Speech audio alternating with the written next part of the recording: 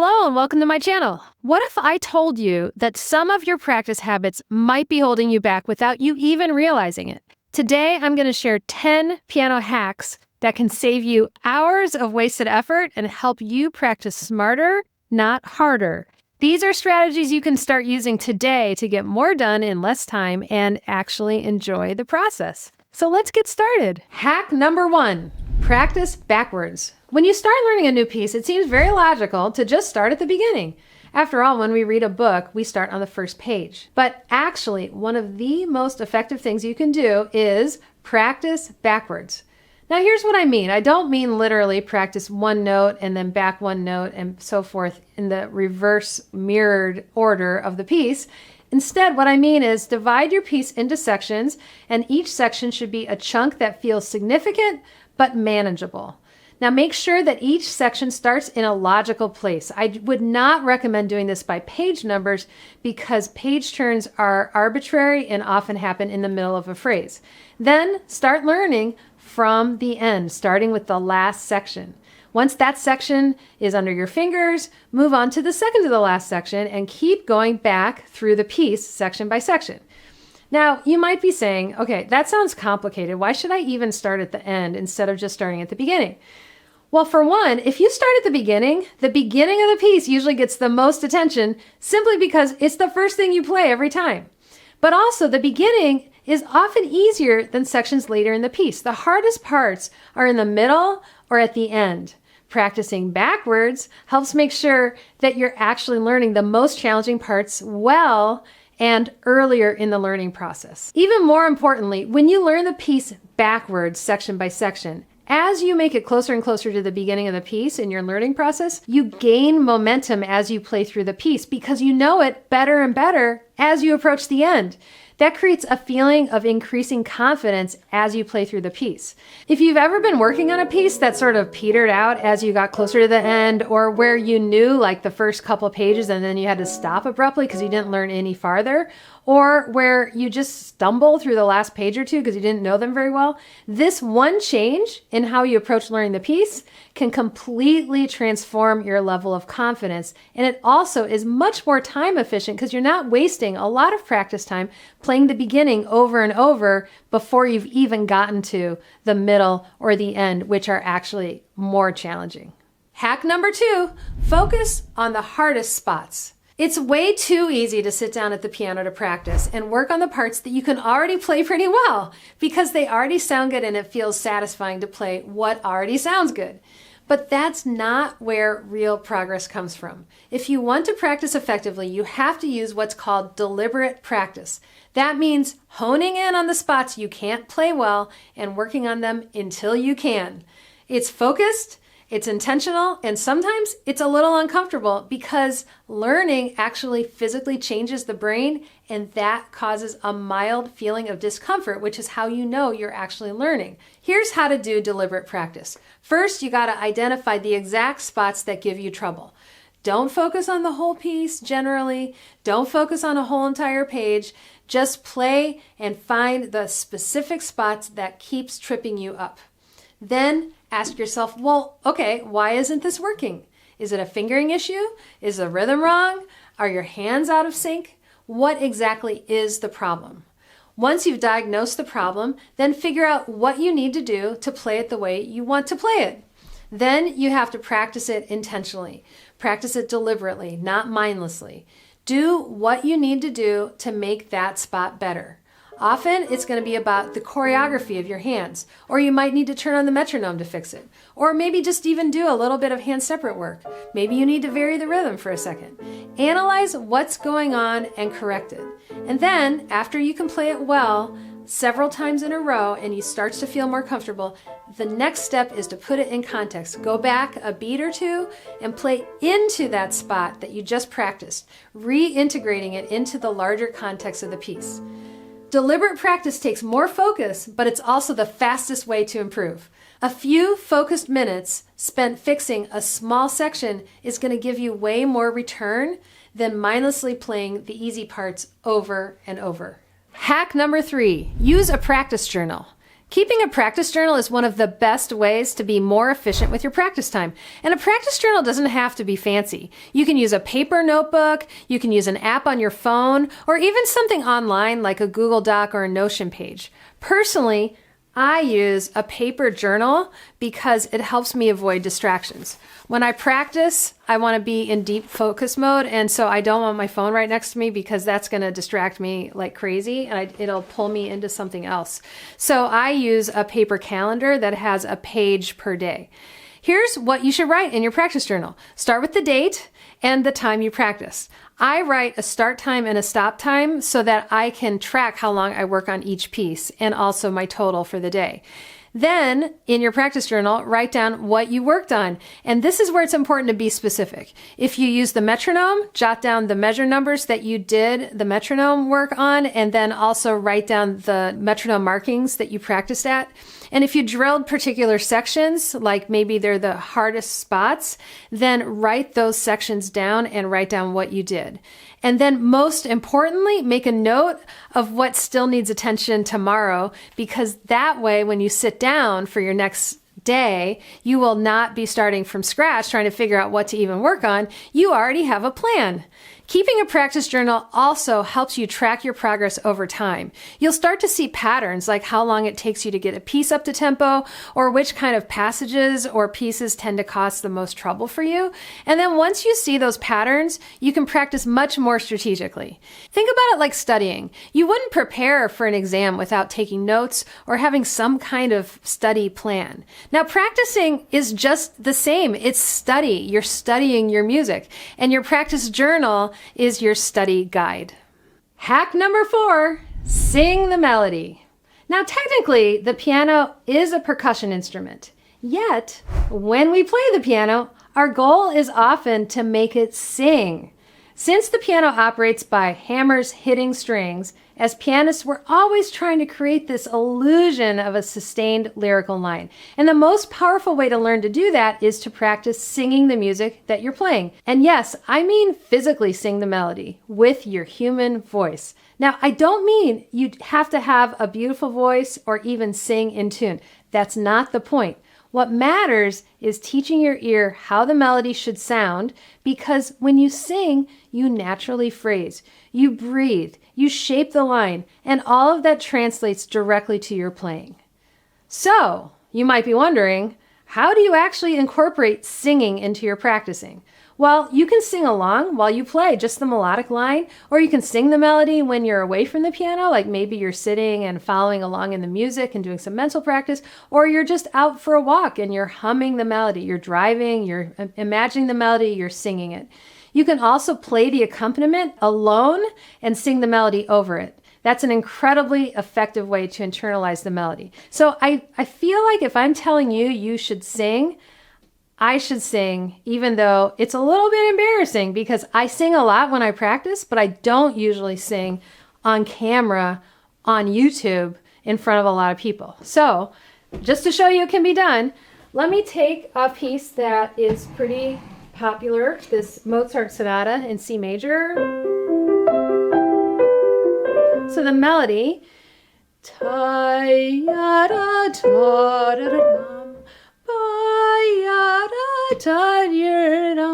okay, and so I can sing along. I can play the accompaniment.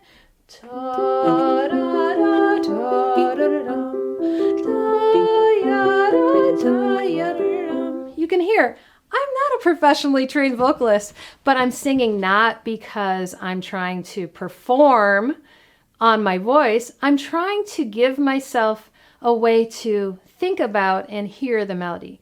And I would like to point out, I did not go da da da da da da dum. I phrased I'm even using different consonants at the beginning of different notes to kind of show where it comes in the phrase. So this is all stuff that you can experiment with when you sing as well. And I did it. I sang on camera, on YouTube, so you can certainly sing alone in your practice room or at your piano in your living room. You can be brave, and even if you don't love the sound of your voice, it will help you, it will save you so much practice time and bring your playing to a new level.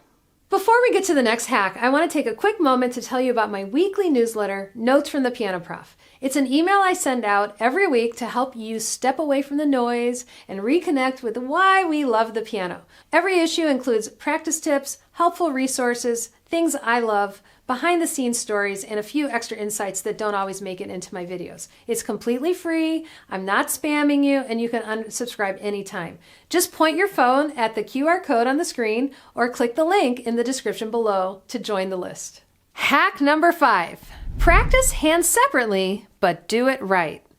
We've all heard it 1,000 times. Practice hands separately, practice hands separately. And yes, it's great advice, but it's also easy to practice hands separately in a way that wastes a lot of practice time and doesn't actually help as much as you'd like it to. When you practice hands separately, you need to make sure each hand is super solid and super reliable before you put it hands together.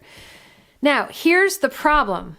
Often people practice hands separately painfully slowly, and then they try to put the hands together. And then either it's really hard to coordinate the hands because they didn't learn it past a very, very slow tempo, or they find that they never feel comfortable increasing the tempo of the piece once they're playing it hands together. So here's what I tell my students. When you practice hands separately, work each hand up to tempo. Don't just play it slowly. Get it secure, accurate, and confident and fast before you try to put the hands together. The other thing to remember is you'll need to slow it back down when you combine both hands. So don't expect to play quickly, hands separate, and then try to play it fast right away when you put it hands together. If you start your hands together practice after each hand knows what it's doing and is quite comfortable, the coordination process between the hands becomes way easier. Also, don't just automatically play everything hands separately first, unless it's legitimately challenging to play hands together. If you do hands separate practice in places that are already pretty easy to play hands together, you're just wasting practice time. Use hands separate practice as a precision tool, not a bludgeon.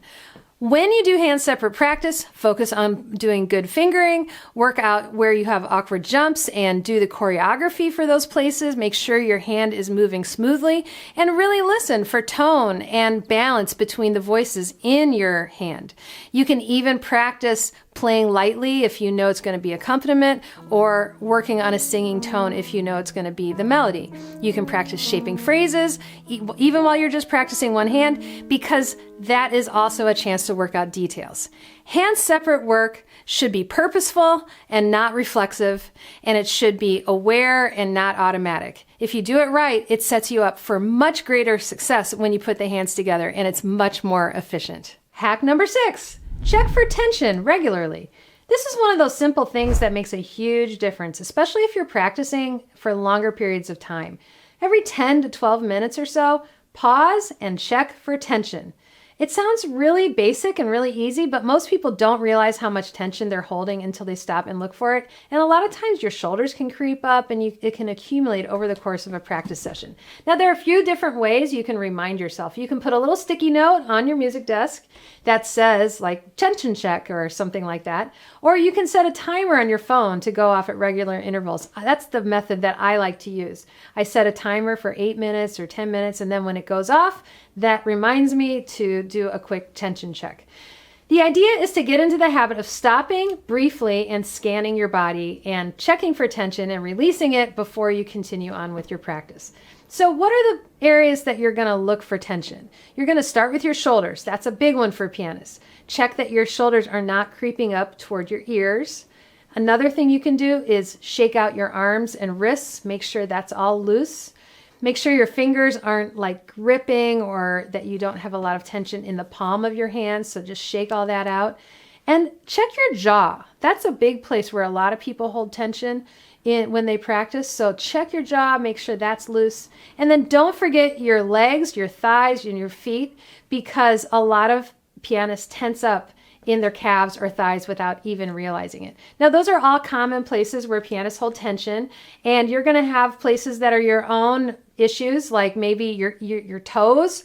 There are are places that are unique to each person. So look for the places where you hold tension and do those quick resets as you practice. Doing a quick tension check like this not only prevents injury, it'll actually make your playing feel freer and more expressive because you're not going to be all contorted and tight. You'll have more control, you'll be able to play with more nuance, and you'll be able to play for longer periods without getting as tired. Now, you might say, this video is about saving time, and here I am telling you to take time from practicing to do the quick tension check. But the extra bonus of that is, first of all, it will help prevent you from getting injured. And second of all, while you do a little reset like that, your brain is processing the music that you've just been practicing. And so it'll be like a little mini break for your brain to process while you kind of shake out the tension.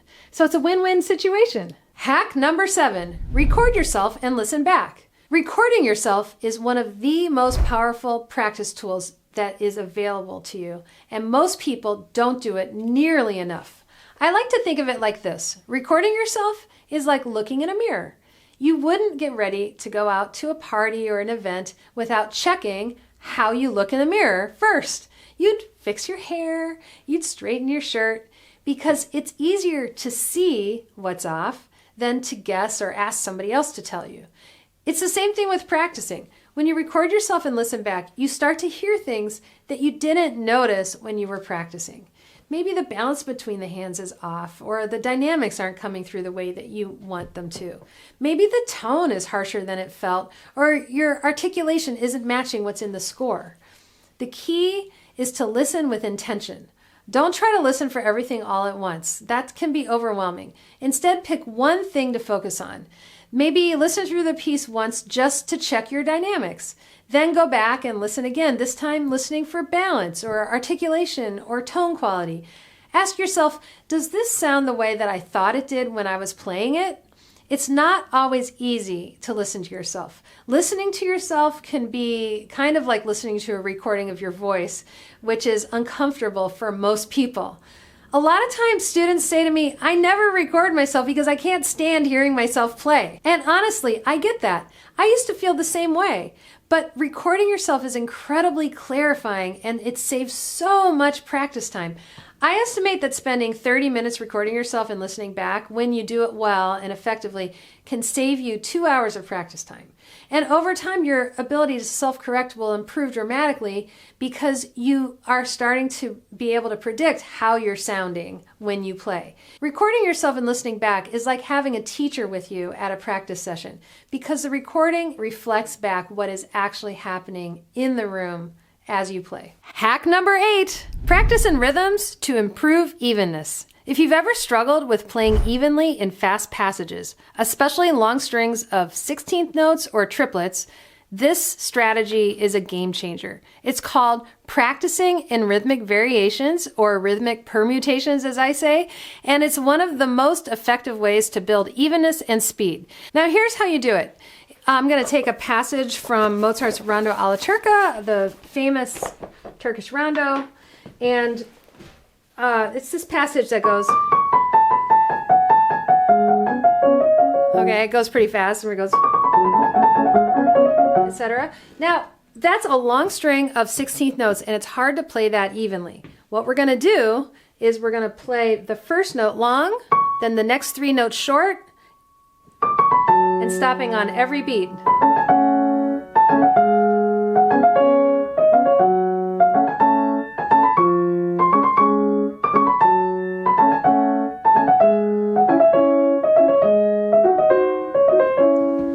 When you practice this way, stop on the first note of every group of 4 and do that twice, and then stop on the second note of every group of 4 and do that twice, stop on the third note, do that twice, and the fourth note.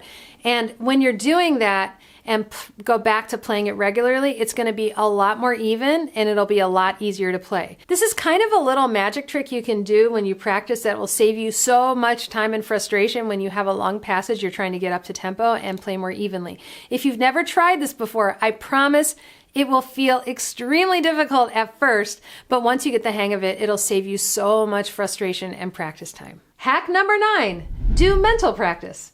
Some of the most powerful practice that you can do at the piano doesn't actually happen at the piano at all. Mental practice, or practicing away from the keyboard, is hugely underrated, and it's something that I encourage all of my students to do. Now, here's what that looks like. Sit with your music away from the piano. Now, you can sit at the piano, but the point is that you're not playing the piano, you're not touching it, and there's no sound happening. While you're watching your music, visualize yourself playing. Hear the sound of the music in your head while you're looking at the music. Imagine what your hands are doing and what it feels like from inside your hands. Imagine how the keys feel under your fingers. Now, you're not just imagining the notes, you're imagining the physical experience of playing. What finger goes on that note? How far do you have to move your hands to get to that next note? What direction are you going to go next? But the whole time, your hands are in your lap. This kind of practice strengthens a skill that's called proprioception, which is your awareness of where your body is in space. We use mental imaging all the time in our regular life. We can picture an event before it happens. For example, like if we're planning a party, we can rehearse a speech in our minds before we give it, and we can imagine what it feels like to hold a physical object like an apple. Our imagination is incredibly powerful. If you imagine slicing into a lemon, you can actually make yourself salivate just by imagining that taste. We are extending this technique of using the imagination to the feel and sound of playing the piano. Now, to be clear, this doesn't replace physical practice. This is something that supports it. And it actually makes physical practice more efficient, and it helps save time. It's very flexible, and it's a very effective way of practicing. Try adding even 5 to 10 minutes of mental practice to your daily practice, and you will start to see improvement in just a few weeks. It's an incredibly effective secret weapon that will turbocharge your practicing. You'll be surprised at how much it helps. Hack number 10, end every practice day with something you love. Learning is hard. Practicing asks a lot of us, mentally, physically, and emotionally.